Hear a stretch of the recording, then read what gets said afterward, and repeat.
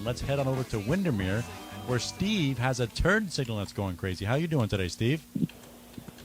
Pretty good. Hopefully you can help me out. All right, what you got going on? Yeah, again, it's a 2009 Ford Escape, and the turn signal has been giving me a problem. When you have it in the left turn position, you get no signal. When you have it in the neutral, you get a right turn, and of course, in the right side, you get a right turn. I replaced it with a new unit, and it worked for about a month, and then that one went down, so I got another one and put it in, and that one never worked at all. So every now and then it gets an occasional boost where it pops on, but I'm completely confused by this. So you replaced the multifunction switch? Correct. Okay. Does everything else work? I mean, does the headlight dimmer work and everything else that's connected to it? Windshield wipers, everything except the turn signal. Yeah.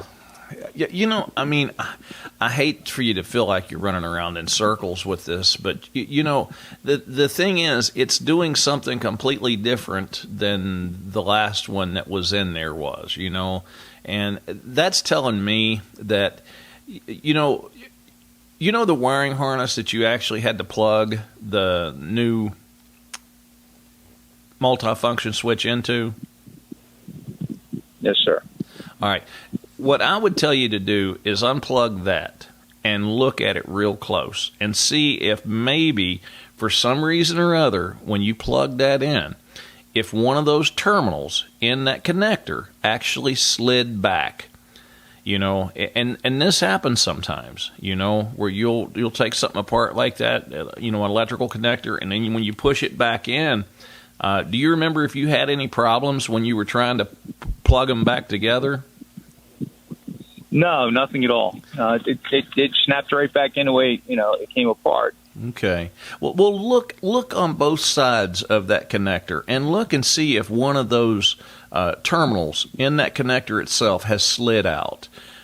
You know, it being a new multifunction switch, we don't normally run into an issue like this. Usually you replace it and they're fine. You know, I don't care who made it, whether it be an original Ford part or an aftermarket part. That's one of the things we don't seem to have too awful many problems out of. You know, unless it's just worn out. But in your case, after you've replaced it and you're still having issues, you know, you may have to replace it again, you know, Steve. Who knows? It may just be a bad defective part. But usually, if it was one of my guys coming up to me and telling me the same thing that you're telling me, I would tell you to look for a terminal that's pushed out of the connector.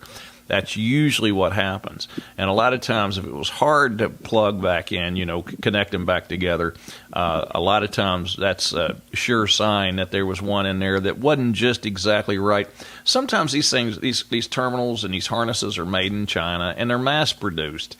And what will happen is you'll get one of those terminals that wasn't locked all the way in, the plastic terminal part. And when you shove them back together, it'll push out. It may get a little connection and it may not. And that sounds exactly what you've got going on. You see what I'm saying?